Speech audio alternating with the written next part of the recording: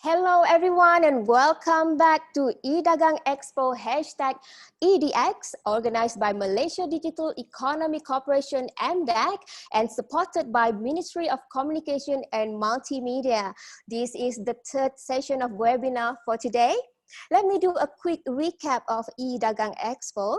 This is a 5 days long virtual event starting from 4th of May until 8th of May, featuring a series of webinars to encourage and educate our local businesses on selling online. So basically, we are at the second day of eDagang Expo. For more details about eDagang Expo, and for those who would like to register our webinars, do visit our website at www.go-ecommerce.my. Okay, earlier today, we had a sharing session from our shop.com and Lazada. And our third session is a little bit different because this is a panelist session. The topic that will be discussing today is e-commerce and cross-border trading, opportunities versus challenges. I'm going to introduce you to the moderator for this panelist session. We have Mr. C.S. Chin from Malaysia Cross-Border E-Commerce Association. Welcome, Mr. C.S. Chin. With more than 30 years in ICT industry, Mr. C.S. Chin has a vast experience in information technology, telecommunication, and entertainment industry, especially in Malaysia, China, and Southeast Asia. Mr. Chin is currently PCOM past chairman, chairman of Powerwave System Sdn Bhd, national president of Malaysia Cross-Border E-Commerce Association, CEO of CTech Ventures Corp, National Vice President of SME Association of Malaysia, and Managing Director of Metita Sdn Bhd. Wow, that's a lot of posts to take up, Mr. Chin. You must be a very busy man. Welcome to eDagang Expo. All right, I don't want to delay any longer. I will hand over this session to you. So you may start the discussion. All right, thank you, Sharifah, and thank you everybody for joining in this session. Thanks for a long introduction of me and also my association. Maybe just a little bit of introduction to the Malaysia Cross-Border E-Commerce Association. Malaysia Cross-Border E-Commerce Association was formed in 2019 only. It's quite new, and we are part of the federation under SME Association of Malaysia, whereby our current national president, like Dr. Michael Kang, will be joining us as our panelist as well.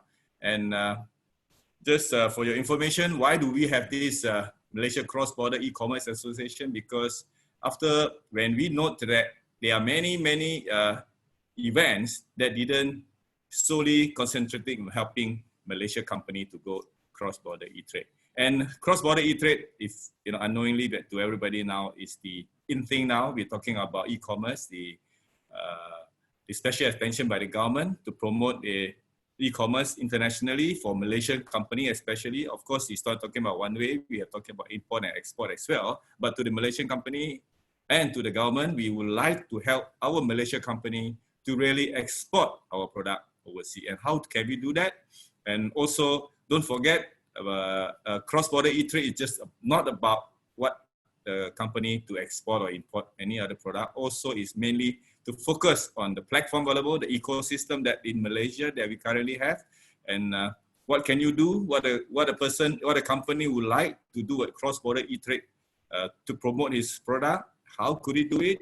So today we have four very important, and I would say important, they are important, but they are also very glad to have them here, because under this situation and under this COVID-19 situation where we are now at CMCO phase 5, and to get them in to join us from webinar will be a good thing for all of us to learn and listen from them.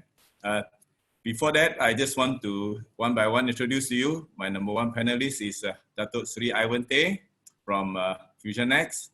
Hi, Datuk Sri. Thank you. Oh, hi. Right. So, and we have Dr. Michael Kang, our national president of SME Association. Datuk, can you show your face? And the third one we have is Mr. Ng Chek Chiang, the MD of I cannot show my face. I think your side can help me to show. You cannot show your face. Okay, please help Dr. Michael. Yeah. I don't know why he cannot show his face. Because his face appears in the newspaper every day, so. Because I use your account, is it? So your side had to control. I cannot control. Yeah, no, stay. Okay, cannot. Okay, right. Okay, finally. Okay, Chiang, the Logistic Worldwide Express is here to join us to talk about the logistics. And Chua Chin Han from B2B Commerce, and he have a few companies under them doing B2B platform. And today we're going to allow them to share their experience, a little bit introduction to on the company and what they do, and how they could help cross-border e-commerce from the end. I mean, from their company business side to tell everybody how we could leverage on what they have now in Malaysia, especially to do cross-border e-trade. Without further ado, I would like to start the first session with Dr. Sri Ivan. Could you please tell us more about FusionX, as FusionX is one of the largest and leading technology player in this region. Can you please tell us what is your company mission and how does your company play an important part, especially in this cross-border e-commerce? Well, first of all, good afternoon, everyone. I hope everybody is keeping well and staying safe. I'd like to first of all thank MDEC and our moderator, Mr. Chin, for inviting me to join this very interesting and lively seminar.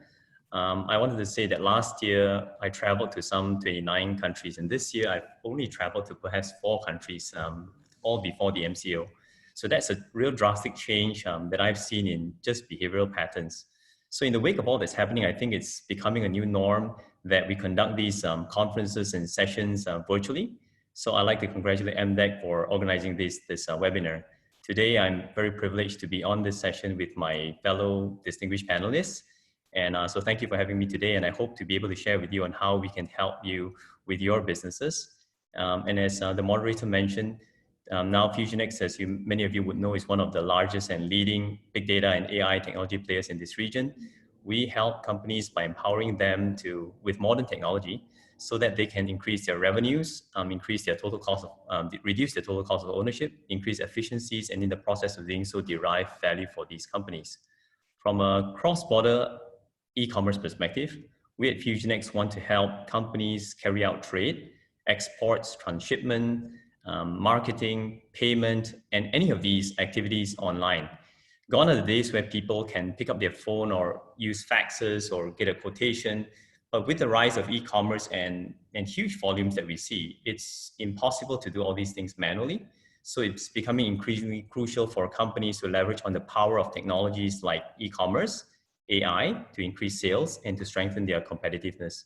So in short, we at FusionX would always work with the government, with the private sector, with the public sector to use technologies like AI and e-commerce to increase leads, sales, profits, and of course, increase efficiencies through the use of not traditional, not brick and mortar ways, but using simplified and humanized technology. And this is certainly not easy, but we would like to work very hard with all of you so that we can achieve this and do this together. So that's what we do. And hopefully we have I'm sure we have a good session ahead. Thank you.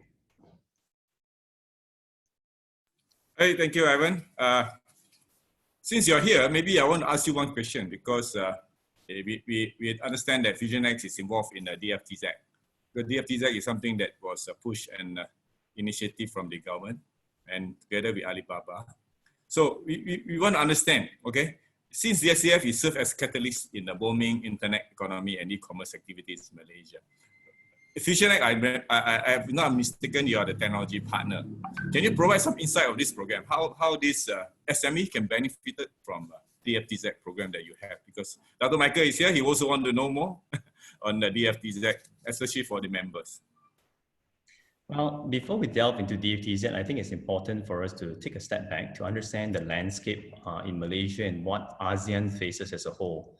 So in the small and medium enterprises, one of the things that we've observed is that many of these manufacturers, the producers, want to export, they want to sell more, but they inherently have a very big problem and huge challenges. What are some of the key challenges that they face?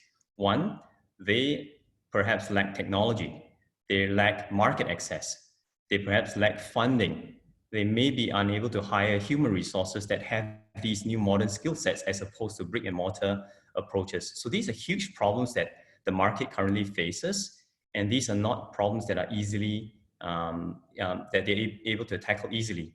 So the reality that we've seen time and again is that Malaysians and Malaysian companies are very good producers. They're very good manufacturers. They create really good top quality products, good food, good equipment, good technology. And there's a lot of things that they do very well in terms of creating these products. But they're not necessarily the best in terms of branding and marketing, and to reach out to a wide audience to get more clients, to increase with scale and with size. That requires a different kind of skill sets. Those things require maybe funding, international exposure, connectivity, relationships, and of course, branding and marketing that is absolutely crucial. So the daunting task is that if I'm a producer in Malaysia or Southeast Asia, I need to be, when I'm thinking of exporting, I need to be thinking about how can I have access to a distribution network, logistics, payment, fulfillment, e-commerce, and how do I do all these things if I don't have the team to do that? So that's where DFTZ comes in. DFTZ is an initiative by the Malaysian government that amalgamates all these things and produces and provides a one-stop center where a multitude of players, including e-commerce players, agencies, logistics, payment, fulfillment, financial services, manufacturers, merchants, traders, and many of these small SMEs come together, regardless of shape and size, so that they can do things and sell more to an overseas market, find new customers, create a brand for themselves, and to do things in a hassle-free way. And that allows the SMEs to focus on what they do best, which is they should focus on manufacturing quality products and finding ways to be able to create these products to fulfill the needs of the market. And the government, I think, is doing a good job, but much more needs to be done. This is not an initiative that just the government can do from a DFTZ perspective or e-commerce perspective. It requires collaboration and coordination between the public sector and the private sector. SMEs, to your question, Mr. Chin, can benefit from this program because this program helps SMEs and any Malaysian companies to be able to do things and expand their reach, to be able to export more, to be able to do procurement, to be able to do a lot of transactions online. So it just connects the dots so that these players would have access to this ecosystem of e-commerce, logistics, freight forwarding, and of course, international trade. And we are here to help. I'm sure that a lot can be done via DFTZ. Things will be done in a much more frictionless way, and governments and agencies like MDEC and the private sector like FusionX are here to help from a technology, from an enablement, from a market access, and from a funding, and also from a human resource and skill set perspective. And I'm sure we can do this together. But hopefully that gives you some flavor and color in terms of what DFTZ is set out to do, is to help Malaysian companies to be able to sell more, to be able to transact more, but without them having to focus on all the nitty-gritty stuff in terms of all these dots that they need to connect together and all this hassle. And we'll do this together. Thanks for the well explained of DFTZ. So for the participant here today, please put out your question if you have any under the Q&A section. You can just key in your question, then we can answer you later part of the session. And for all to know that DFTZ is really something that we need to make use of. The government has spent a lot of money. I think FusionX, Ivan also invested a lot as a technology partner. And why not we use it, right? And it's important for us to really look into how they can benefit the SME as well. Okay, just another question, right? We are all, just now I talk about COVID, right? Now, during the COVID, what is your view, right? That any observation or suggestion that SME and other businesses in Malaysia during this difficult time, what do you suggest them to do? You know, what should they look out for? Is that a question for me? Yeah, Ivan. Since you're still online. Well, given what's happening due to the COVID-19, I think what I can say is that our observation is that the future of business to us has changed not just temporarily. I think the future of business has changed forever. Now, in the past, we talked about many signs, many signals that a digital disruption would be coming. And the key message is people thought that it would be coming. And people thought that the businesses from brick and mortar should change in time to come. what many didn't realize is that this COVID-19 right now has accelerated this whole awareness. The wake-up calls that many have received, and we receive phone calls and email inquiries every day. Tons and tons of companies are approaching FusionX every day and saying that they did not expect this disruption to happen so suddenly and in such a significant manner that their businesses could be wiped out overnight. Even large enterprises, very well-known ones, which I should mention on this call, but you've seen this in the newspaper. The largest of the players in different industries, whether it's travel, whether it's airlines, whether it's hypermarkets, whether it's departmental stores, whether it's hotels, they very quickly are getting a lot of wake-up calls in the sense that they are forced to learn, not by choice, but very quickly to adapt from this crisis, because it's a fight for survival. If they do not adapt and they do not change and transform digitally, they will cease to exist in the next couple of, not years, but in the next few months. And only the fittest will survive this crisis because it's so damaging. So all methods and manual ways are clearly insufficient and are going to be made obsolete even sooner than originally planned. And I think that is a real concern for not just companies in the US or China, but also in Southeast Asia, and it's actually a worldwide phenomenon. So the public and private sector are coerced into faster decision makings, and there is no time to lose. There is great impetus that is driving digital transformation right now with immediate change, where we need to accelerate these digital programs to cope with what everybody here now terms as a new norm. And some programs that companies have planned for 3 years in the past, now they're saying that they need to do it within 1 to 2 months. They don't have time to do a program for the next 3 years, because some say that they can only last for the next 3 months or 6 months, or some even less. So we need to find ways to help Malaysian companies to survive and to be more resilient. This is not easy, but the silver lining is Malaysian companies, I believe, are survivors. I believe that Malaysian companies are innovators. I believe Malaysian companies and Malaysians in general have a can-do attitude, Malaysia boleh, and not just a cliche. But I'm confident that most Malaysians will weather through this storm and we will come out triumphant. But we have to have the tenacity of the tortoise, and we have to have the speed of the hare. You can't just say that, I'm going to do things slow and steady, but right now, time is of the essence. Speed and agility is also very, very key and crucial.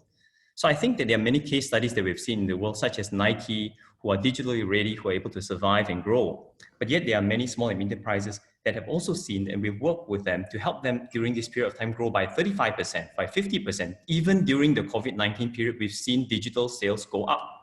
Not for all sectors, but for some customers that we work with, we've seen them grow 35%, 50%, 60% during these very few months. This is happening as we speak. Yet there are companies who are dwindling and fading away, which is very, very worrying and sad. So we need to take action right now. We need to help companies realize that companies come to us and they say that I'm going to give up because at the end of this year, I don't think I'll exist anymore. I can't cope with this digital change. So we need to do something right now. And I would like to perhaps just urge, our Malaysian companies and also companies in ASEAN and Asia and as a whole and worldwide to note that the past is really waste paper because it's just history and reference. The present is the newspaper that we see right now and gives you knowledge and awareness of what's happening. But the most important thing is the future, which is the big question paper. So the past, as I mentioned, is waste paper. The present is newspaper. But the biggest thing is, what is the question paper? What do we want to do for these companies today? And at FusionX, we will support the ecosystem in Malaysia. We will be announcing sizable investments to help companies because, as I mentioned, it's not just access to technology, but also processes and experience, market access, and funding to help companies weather through this storm. So are we up to this challenge? I believe we are. And I believe that we can do this, with the panelists over here, with the government, with the private sector. There are many companies who are here to help. And I think we're genuine enough because if we don't help the SME community, which is a backbone of any country, I think it is a very precarious situation. But again, I think there are lots of opportunities for us to help this ecosystem and this community as well. So thank you for that. Hey, thanks, Dr. Sri. So that's the reason why I want you to talk about COVID and talk about SME. Because the next speaker I want to bring out is Dato' Michael Kang. Dato' Michael Kang has been fighting for our Persatuan Kecil dan Sederhana, and have many sessions with the minister and also direct to the Prime Minister during the difficult time. They talk about help, talk about the backbone of SME. How could we help them from the association end?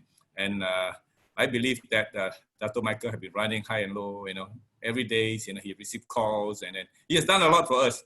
So without further ado, Dr. Michael, can you just talk a bit about yourself and also the your involvement with SME Malaysia in cross-border e-commerce?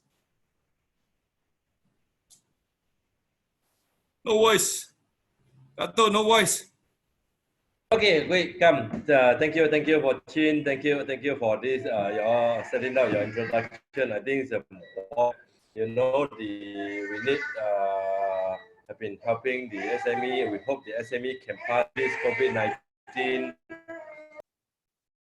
and able to survive. I think as what Dato Sri mentions, it's very clear. It's the future. Internet is a surviving. Without internet, I don't think those who are during this COVID-19 can survive after this. Can survive without internet, without digitals. I think most the company will never was able to survive. This is the most important we are looking at. For the past, yes, internet, digitals is a business. I think now we are looking at internet is the tool for survive for the businesses, and we have done communicate with the ministers and the governments, and now we are looking at how to restart, rebuild, and reform the business of the SME community. I think SME is so important. We need to build back the SME and make sure SME survive and maintain the job for the peoples in the country. That's why you can see that we request the government, we are supporting the government's reopen up the business, allow business to operate this week, and we hope from here we can work together and everybody in the country will fight together. COVID-19 prevent the virus spread around. Every in the country everyone has to do their own duty to prevent the COVID spread around. At the same time, we also can take care of our economy. I think it's very important. And the next is how to bring the SME to move into digital economy. And we have to bring the SME adopt in all the internet access and business community. That's why we also propose to the government to speed up the infrastructures for the next 2 years. But we hope that deploy the 5G, allow all the SME, not only in the town area, also in the rural areas, it will be able to access to the internet throughout the countries.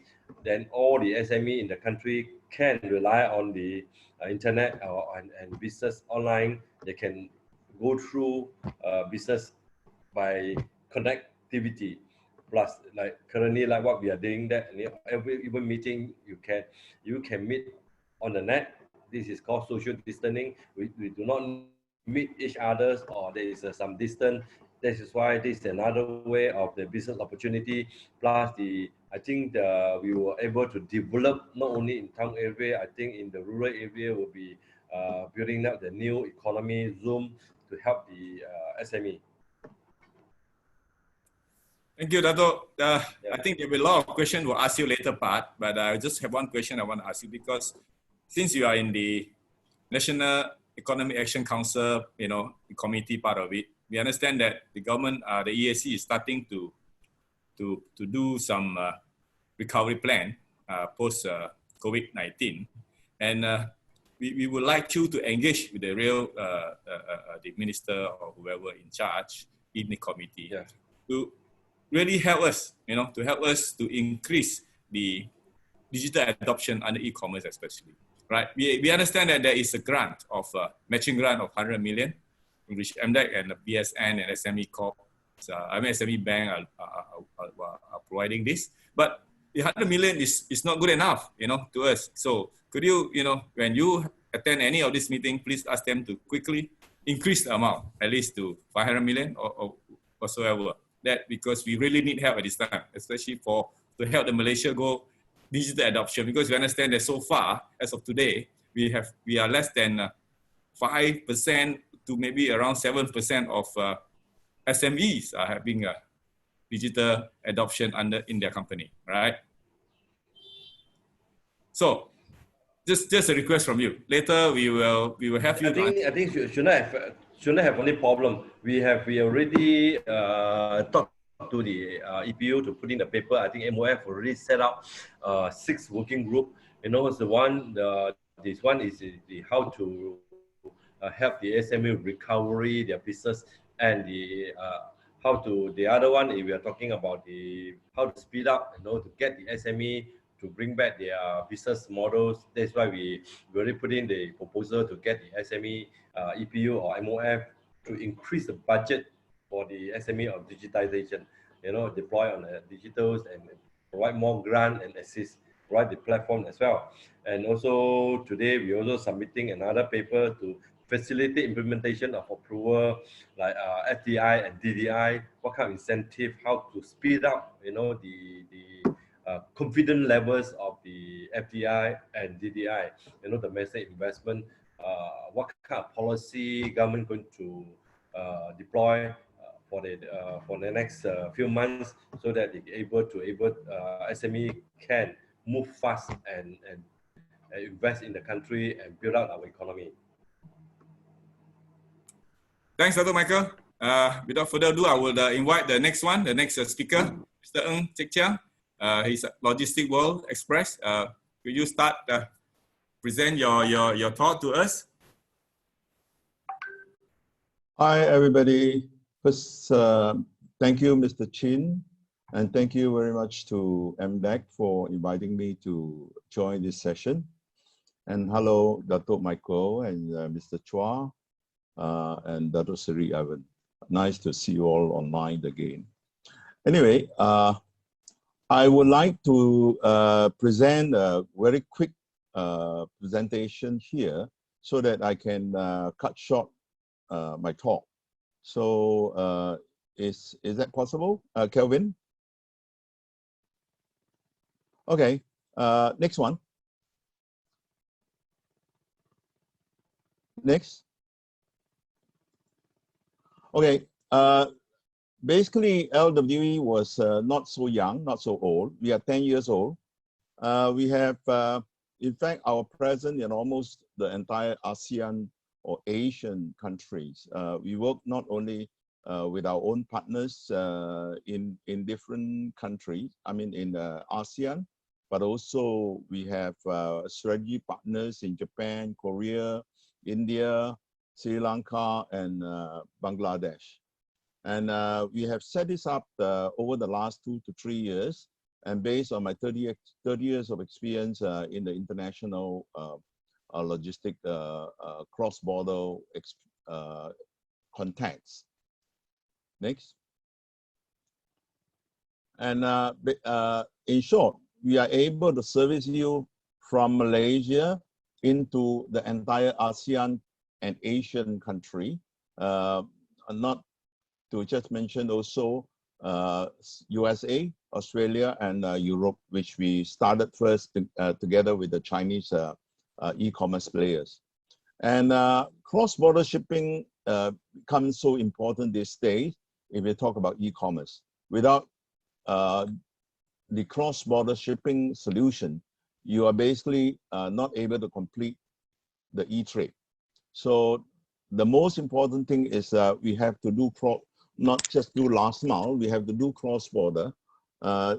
In the process of doing cross-border shipping, we have to understand how the custom work, and we have to understand how the payment work, so that payment will come in time to pay the custom, at the same time come in time to pay to the suppliers, and also make sure that we create sufficient confidence for the consigning. And all these things is not a one-man's job. It all depends on a group of people who are good in the internet, who are good in the IT technology, whether software, hardware, or even payment gateway. And of course, we also need a lot of other customer services, which now can be digitalized. But only cross-border trade, the delivery of one item from one end to another, you can't do away by physical presence, and you can't do away through the help of good transportation and good custom clearance system and whatnot. So we therefore are specialized not in working out the best costs in terms of cross-border, but also we have a good network of coverage, not only in ASEAN, Asia, but also in the entire Asia Pacific region. And we know, and with the help of the customs, with the help of our strategic partners in every country, we help every single parcel, whether it is 5 grams or even 1 ton, to clear the custom without problems. Payment, of course, we work with payment gateway, where we make sure that payment is being paid to all the partners in time so that they can carry on. And communication, of course, we have to use all kinds of communication, not only by phone, by internet, or by Skype or WhatsApp, or any other things that you can find. We are familiar with all the communication tools. Next. Next slide, please. And this is a sketch of our process, the entire process, which is quite difficult for me to explain it clearly in such a short presentation. So I hope after this session, you can download this and you go through it one by one. Should there be any question that you would like to ask, I'm here. I'm always available to assist you and to explain to you.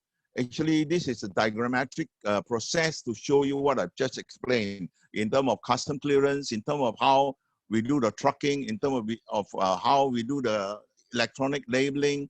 And all these things are basically going through one particular system which is developed by us. And if you like to know more, please get in touch with me. Next. Next one. And we have our in-house developed integrated express management system, which we have been running it for the last 20, 30 years without fail. And we have never got a system down for a single day.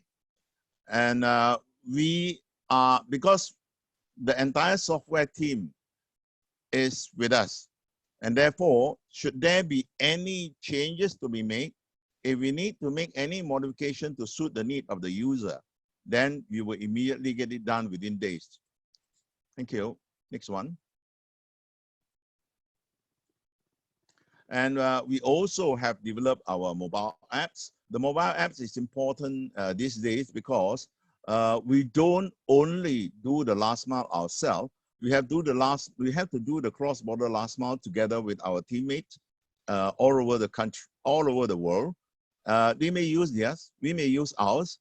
For so long they have a system which is almost equivalent to us, then we can integrate with theirs to make sure that all the database are shared among the partners. And we are able to share this mobile app with all the delivery dispatch boy, the drivers. And in this mobile app, which is intelligently created, where they can use the mobile app to show them where the location is, and also make a phone call immediately and snap picture immediately. All these are so useful that you don't even need any signature on the phone. So it saves you plenty of time, and all these things becomes evident as to whether the dispatch boy was in front of your door or not. If they are not there, the GPS will show they have not been there. So no more cheating like in the past. We don't simply drop any notes in the house. In fact, the moment we click on the button, immediately an SMS will be sent to the consignee to inform them that we are there and nobody at home, and they can come back to us. Okay, next. And this is the last slide that I would like to go through very quickly. Not only we provide cross-border logistics, but we are also having another company within the group to do a one-stop cross-border e-commerce solution. And the one-stop e-commerce solution that we provide includes customer services, and we also do pick and pack warehousing, and we do also online advertisement, social media advertisement, social media marketing, and brand commerce. And we set up store for you in whichever e-commerce marketplace you can find in the entire Southeast Asia. So we work together with the buyer, we work together with the consignee, and we work together with the platform owners. Okay, next.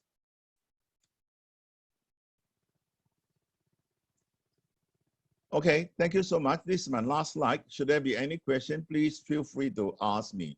I'll be more than happy to answer your questions. Thank you.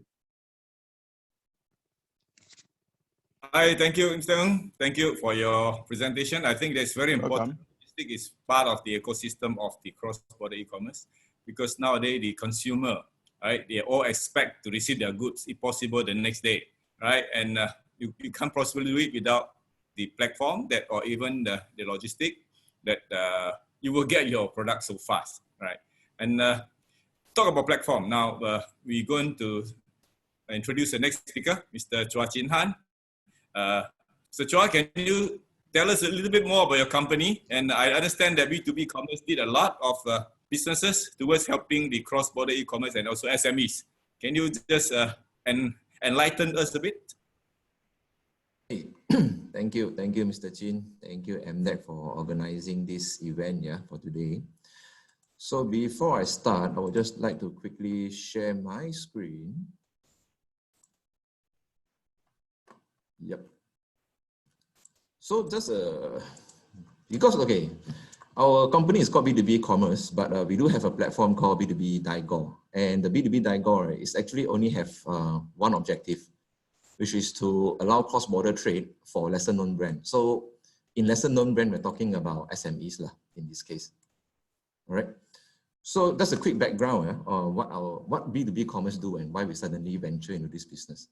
When we first started, right, we actually were connecting buyers and suppliers and allowing them to exchange trade documents digitally, right? So we serve quite a number of industries. We serve the retail industry, the oil and gas, manufacturing, logistics, right?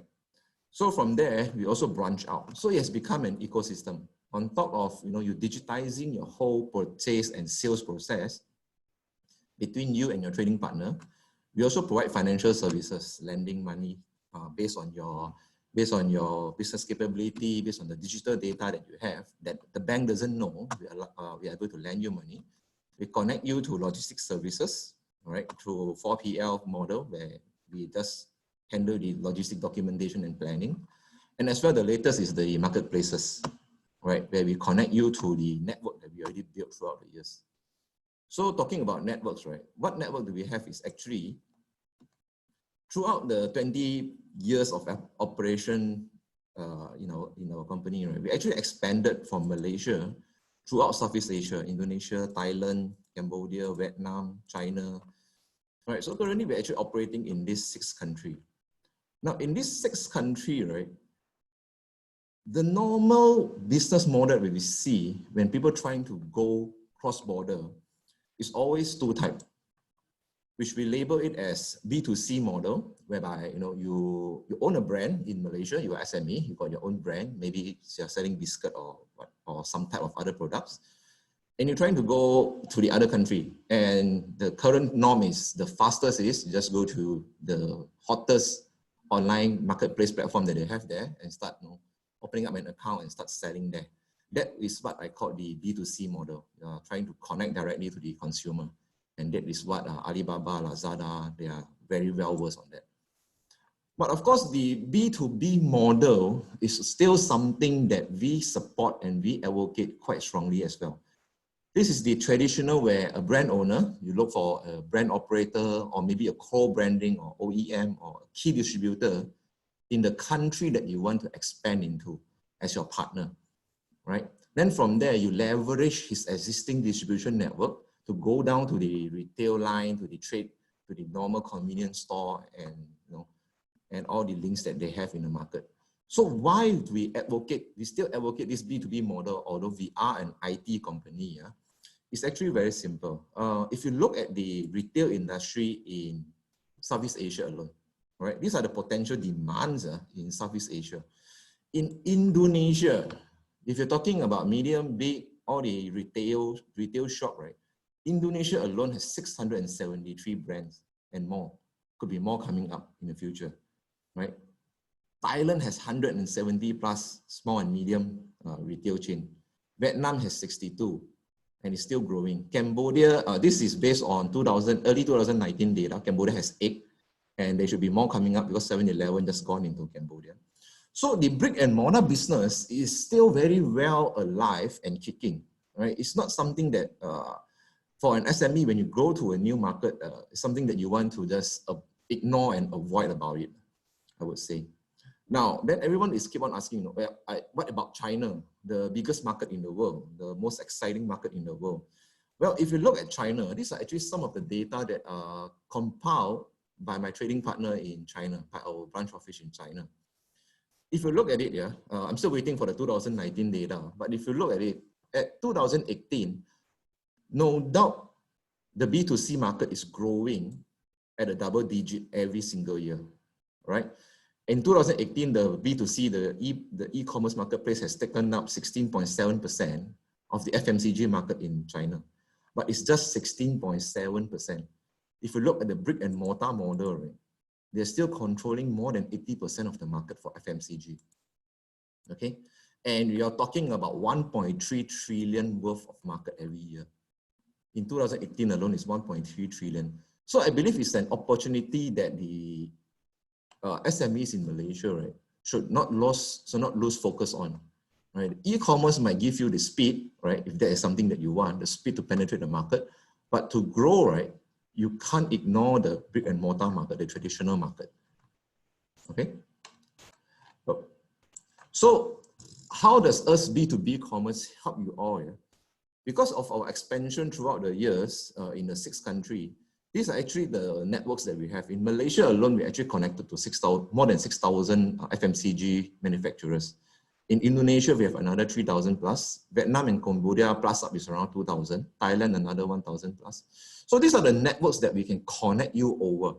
Because compared to a traditional e-commerce marketplace, right, whereby you just register, put your product in, buy some advertisement and hope for the business to come in. That's where I was telling you that we are targeting more on the B2B model. What we actually want is for you to find a partner through our networks that you can do business with and able to penetrate the brick and mortar market in the new country that you're targeting. All right. Sure, your trade will still be digitalized. Your PO, your product listing, the whole process is a digital process. But the market you're penetrating in is going to be the brick and mortar market. And we do this through 2 methods here. It's a passive lead generation whereby you list your product on the marketplace and people can see your product. But there's also active lead generation. Like recently, we actually got an inquiry all the way from Turkey to look for sources, our sambal, our soy sauce, right? Which we managed to connect to three manufacturers in this region. Right, so it's an active and a passive lead generation because in B2B, right, it's very hard for you to just put the product up and expect people to come in and buy up. Because when talking about cross-border, you're not talking about one carton or 2 carton, right?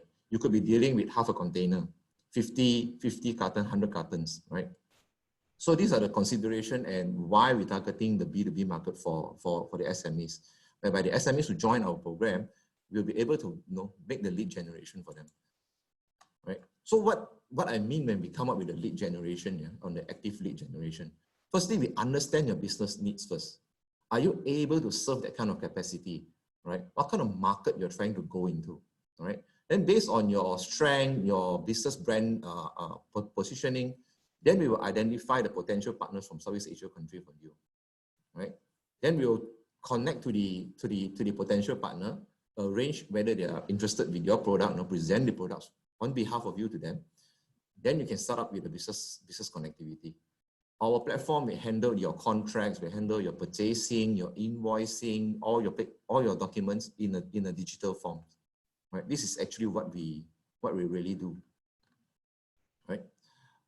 On top of that, as I told you just now, I think especially during this COVID-19 period, Bank Negara has come up with a lot of special relief facility, to help out the SMEs, to kickstart their business, make sure the cash flow is still ongoing.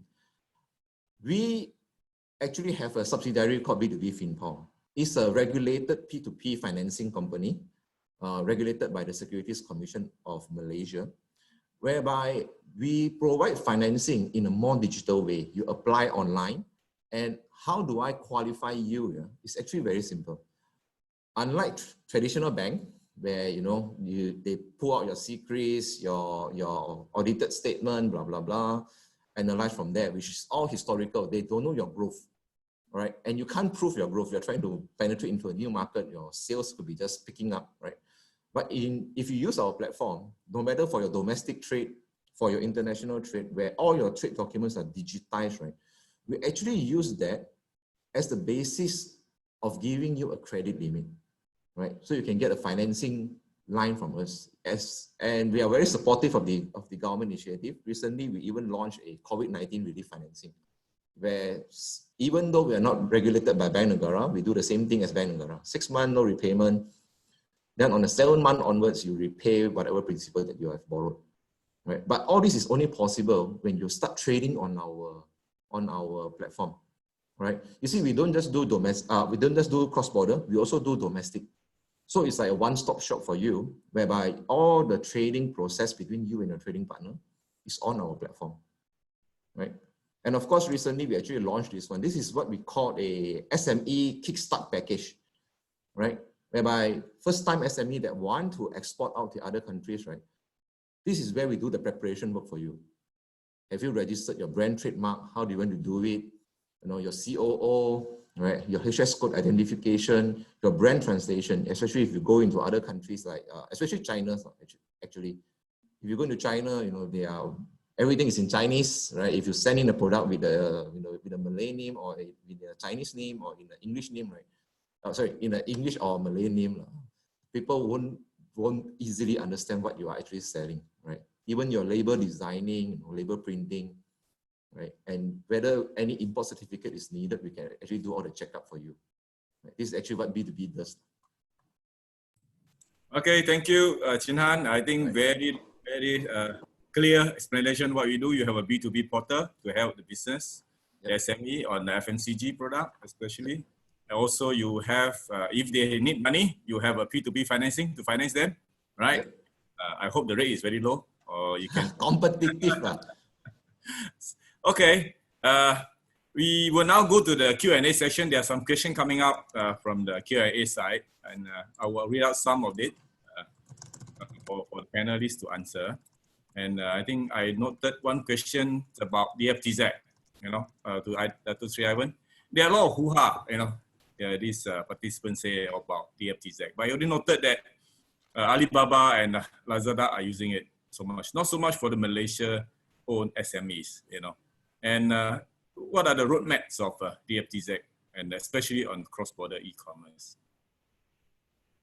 Well, I think DFTZ is actually a very inclusive program. Whilst Lazada, Alibaba, Shopee, and the rest of the guys, whether it's eBay, Amazon, are on the platform, the DFTZ platform is really one that encourages and welcomes all e-commerce, whether it's a B2B, a B2C platform, and even your own, and many of the local e-commerce players are also on board as well.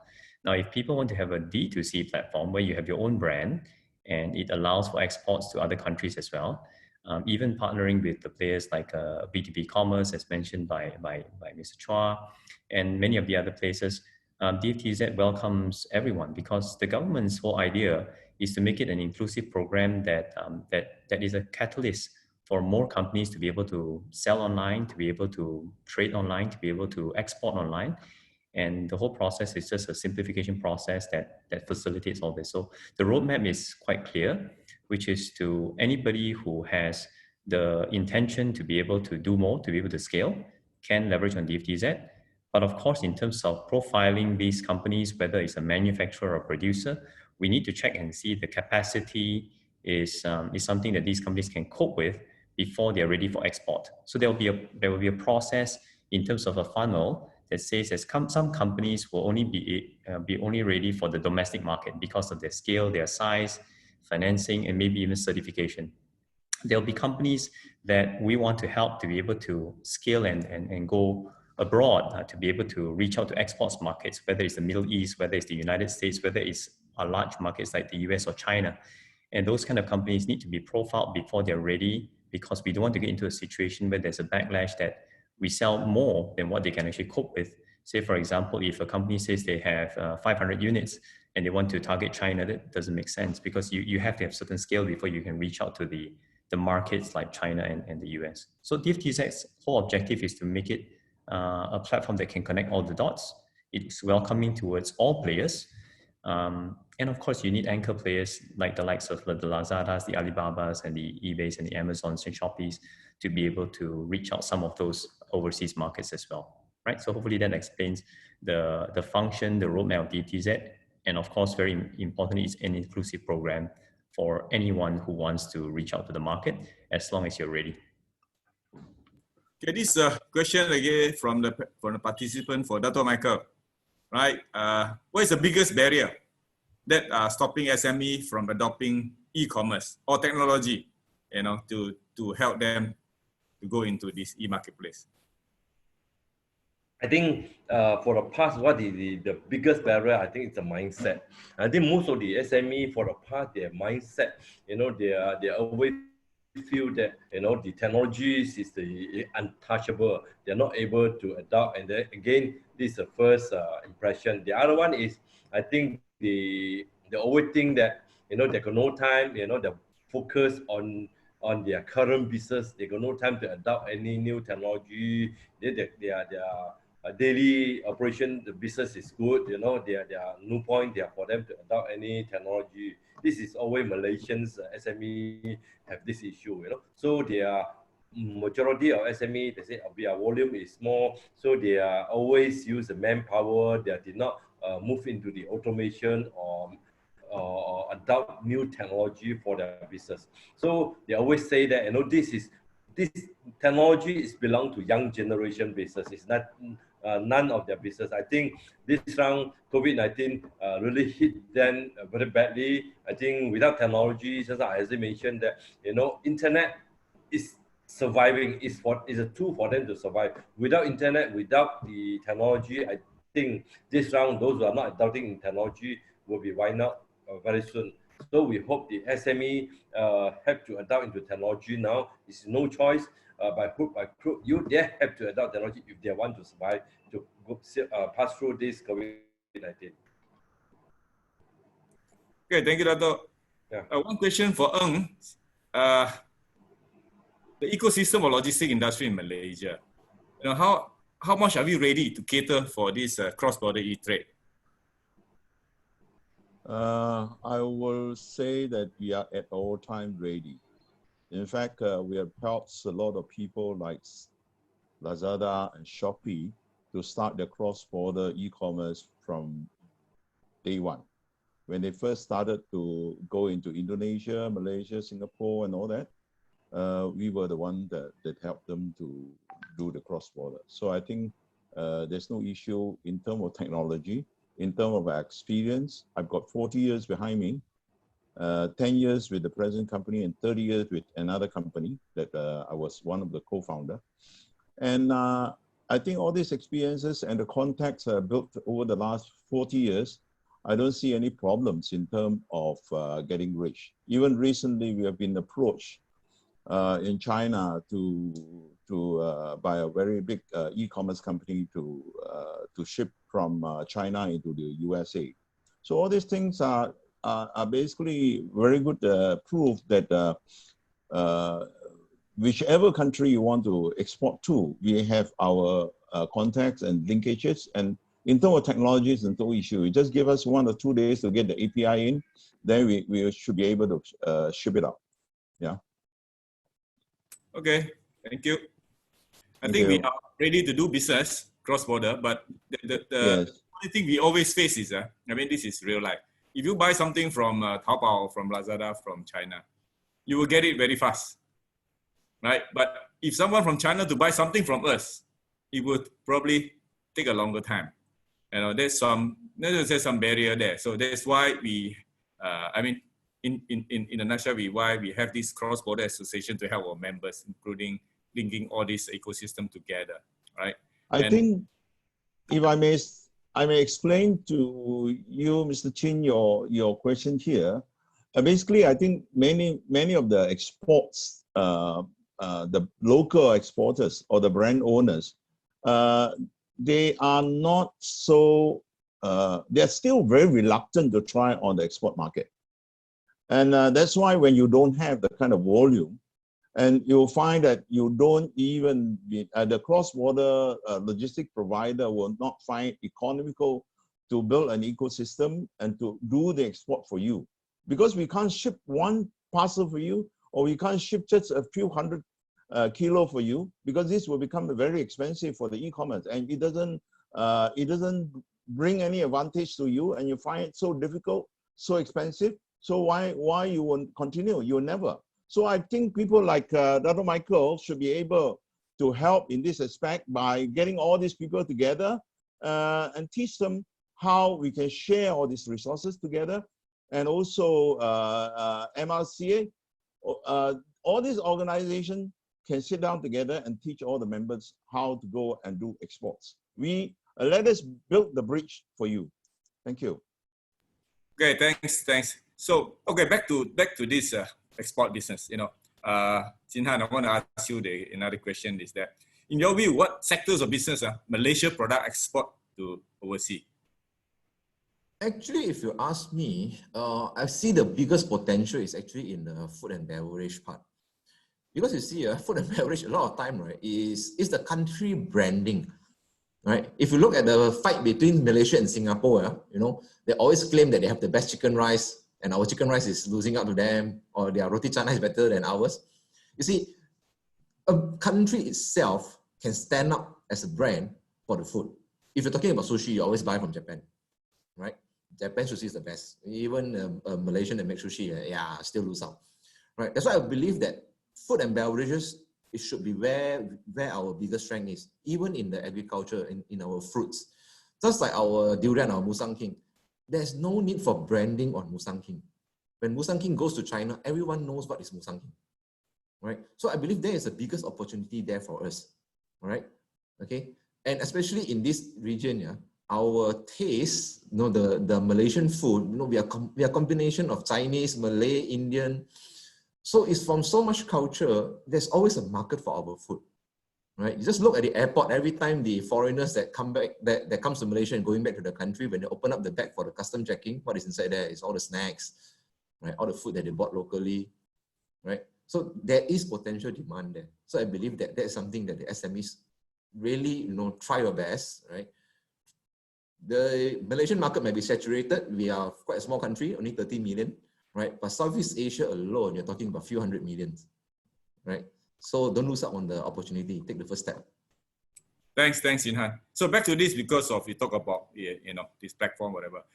Another question from the participant is that, Dr. Sri Ivan, is the FusionX has an e-marketplace?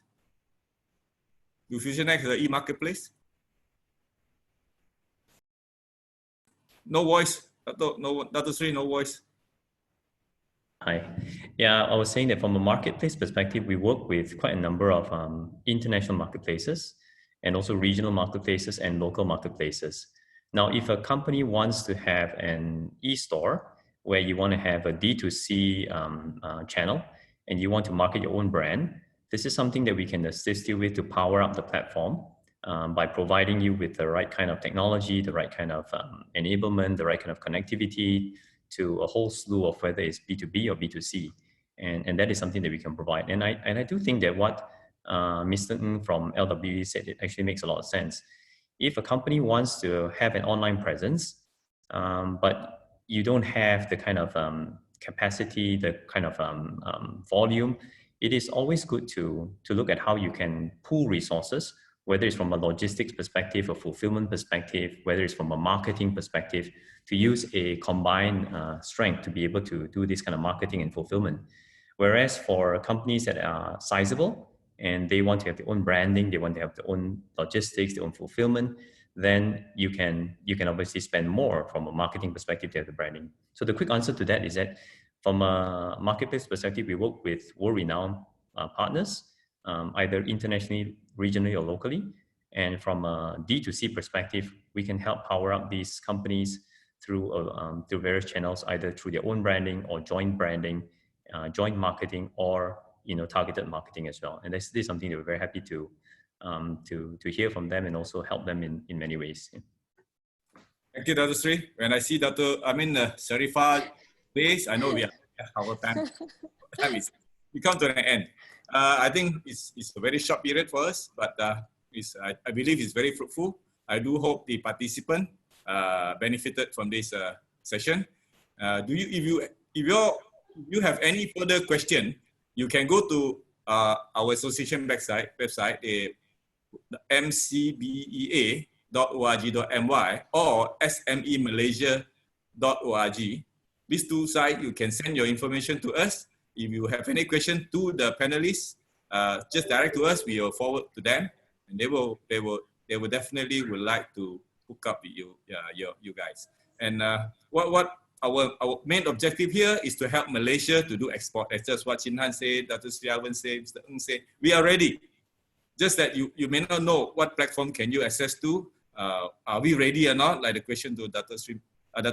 Michael, our Malaysian digital savvy enough? Are we ready to adopt a digital transformation as well?